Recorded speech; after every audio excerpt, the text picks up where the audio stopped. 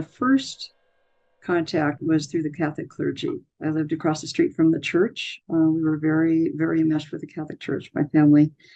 And my mother walked in on my uncle raping me when I was 7 years old. We've been doing it for 2 years.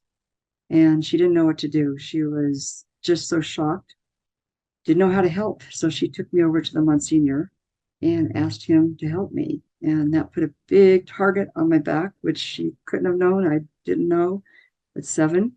And he started on me there. And then later, as all the way through grade school, that went on. Later, I went to a novitiate. That was a boarding school. And there much happened. And that was Catholic clergy, but it also occurred where they took me to a military base. Some of it happened underground, some of it happened above ground, some outdoors, many, and in private homes. So that was all interconnected. It happened over 10 years, and there were so many experiences that I wouldn't know where to start. But the things that it included, some was in a chair, just being electrocuted, and torture through electrocution. Others were gang rapes. Some of them were in settings where there were a lot of hooded people, many times dozens, and they were chanting. They were doing symbols on my body, and I would be naked. A lot of this happened in the novitiate years, which was a year and a half when I was 14, 15. And the chanting was this very, very sacred ceremony. It's the only way I can describe it now. Went through that, and then there would be many rapes. I was sometimes drugged. Sometimes the drugs were almost paralysis. So they do the symbols, I'd be drugged, I'd be like a rag doll, and I'd be just passed around and raped. Other times, there would be dozens. In one was a campground that comes to mind where they were burning a child my age at a stake. And I had been kidnapped out of a bed. I was at a church camp, and I was forced to watch this. And I was trying to get free in any way I could, and finally bit the guy that was holding me. And I was allowed to run, but I saw as this child was probably dying, there was this demonic entity that had come out and was chasing me through the woods. So it was terrifying for 9-year-old, I think it was 9 years old at that time. And I woke up the next morning in a bunch of leaves, and they were calling my name. The sun was shining, and I guess they thought I ran away or got lost or something. No one ever spoke of it. There were times where I was in a hospital setting. In one case, I was hung by the wrists, naked, and dozens of men came in and were doing all kinds of things to me. I'd been drugged. They were raping me. They were sticking things in my anus and in my vagina. They were injecting me. They were hitting me with bats and other objects. And one of them took a broken bottle, and he was going to shove that into my vagina. And someone else said, "Not this one." And it was in a soundproof room with the shades or the blinds closed. And it went on for hours. I passed out. I remember passing out a few times. There were others. One was in a crypt, and I thought I was going to a dance. The priest was taking me to a dance so I could experience what it was like. This was during the novitiate years. And I was blindfolded, brought in there. I was drugged, laid down, and didn't know what was going to happen. And the priest starts raping me. And there were at least 8 boys my age. After he was done with me, he told each one of them to rape me in turn. And it was the last straw in the novitiate. And after that, I fled. I called my parents in the middle of the night. There were other times where I was transported like in a big container. And I could feel, because it was dark in there, I could feel the vibration. So it was probably some kind of a train.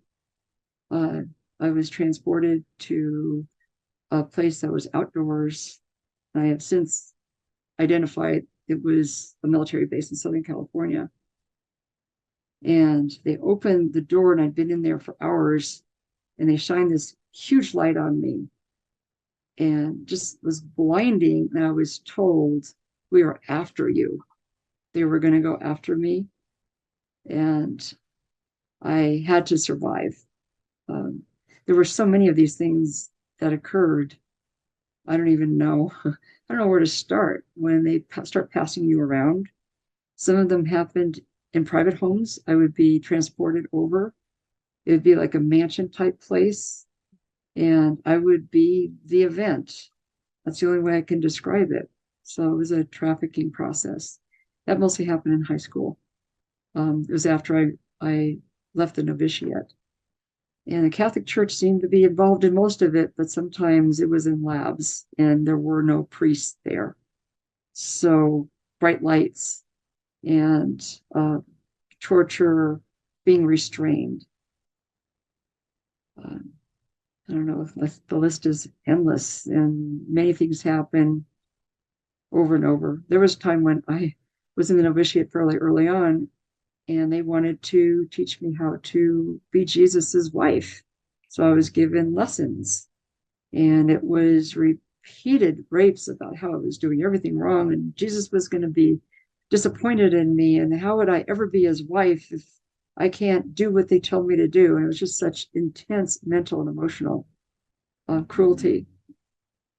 So that's probably enough. It happened in the church, in the choir loft, in the sacristy. I worked in the sacristy, and that was one of their favorite places because it was a closed door. No one was around. It happened on the military base. It happened underground. There were tunnels and rooms, big underground rooms that had tunnels adjoining. Um, it happened in classrooms. It happened in hospital. So there were many settings, indoor and outdoor, above ground and underground. Because for 10 years, a lot of things can happen during those times.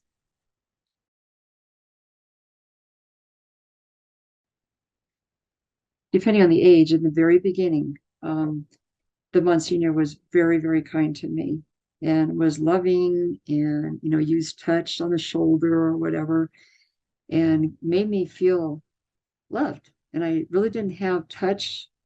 I didn't have words. I didn't have gestures at home. I was very vulnerable to that. And then he would use talking about Jesus and how Jesus loved me, and Jesus wants me to have some special experiences. Um, that I wanted to please Jesus. I was 7 years old, and that was very important to me. So for that reason, I complied, and then it went a little bit further where I got more and more uncomfortable. And then there were threats of the devil, threats of God being disappointed in me, threats of me going to hell. And when you are thoroughly immersed in the Catholic faith, that is terrifying. So, and then became threats of, I will kill you if you don't comply. I will kill your family.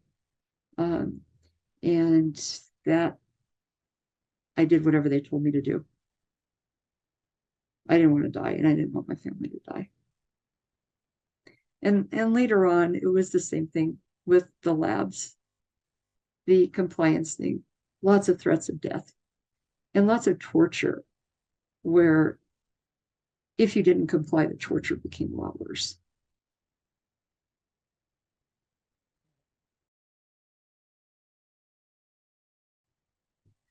Yeah, there's so much, it's hard to choose.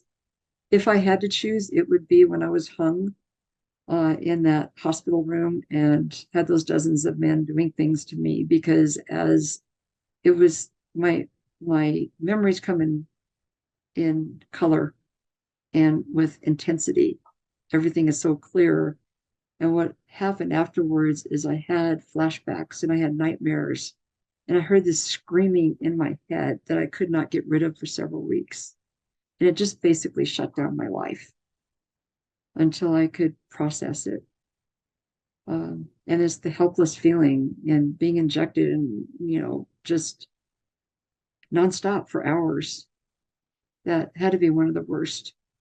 Some of the demonic things, yes, but they didn't they didn't have that intense visceral component that I had to live with for so many weeks to get those flashbacks calmed down through therapy.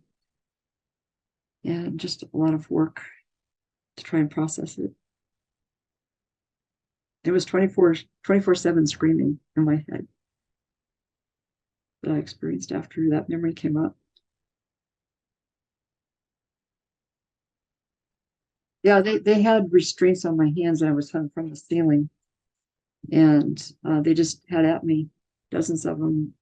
They were like in some kind of a party mood. I don't know if I was some kind of event for uh, some gathering that they had for these people, but they were all middle-aged men. And it was in a hospital setting, so they were in another room and I could hear all this boisterous stuff going on. And then they came into this room, which was of course closed off and the shades were drawn. And it was freezing, freezing cold in there. And they had drugged me before I got in, so I remember waking up in this room. And they brought the men in after that.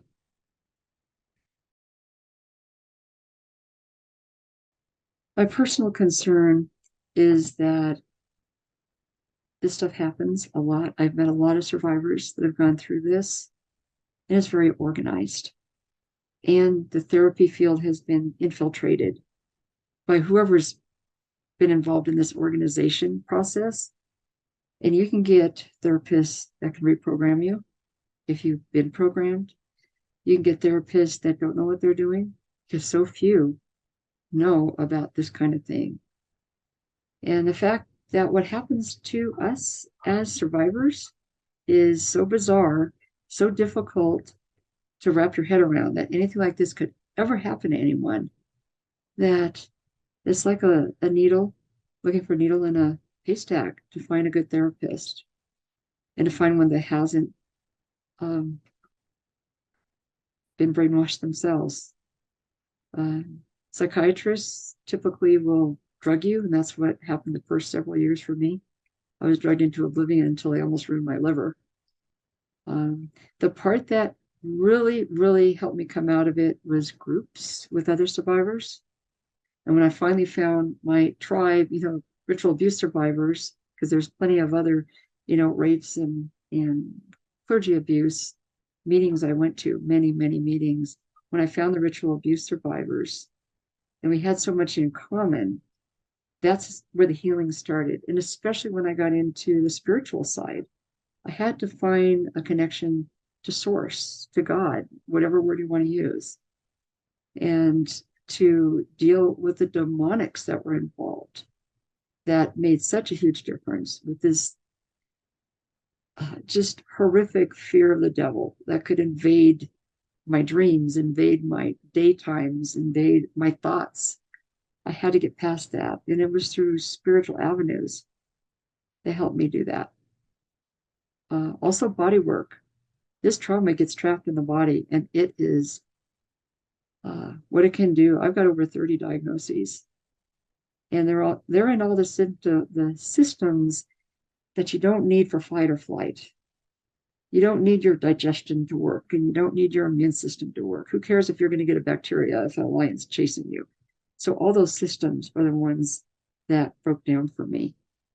There is a book called The Body Keeps the Score, and it gets into a lot of that. And I didn't understand why I had so many illnesses until I read that book.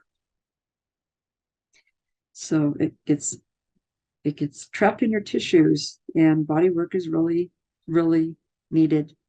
It's not just therapy, it's the body work and the energetic work, energy work. And I didn't believe in any of that stuff until I became desperate and couldn't take the medications. I had to find other ways, and alternative therapy has helped me. Spiritual groups have helped me, and just groups where we can talk about what happened has helped me. I've come so far. My memories didn't come in until I was 62 years old. And I am now 70. And I've made so much progress getting into that body work and spiritual work. I can actually hold together and talk about this right now. And do I cry? Yeah, I cry a lot, but there's a lot to process.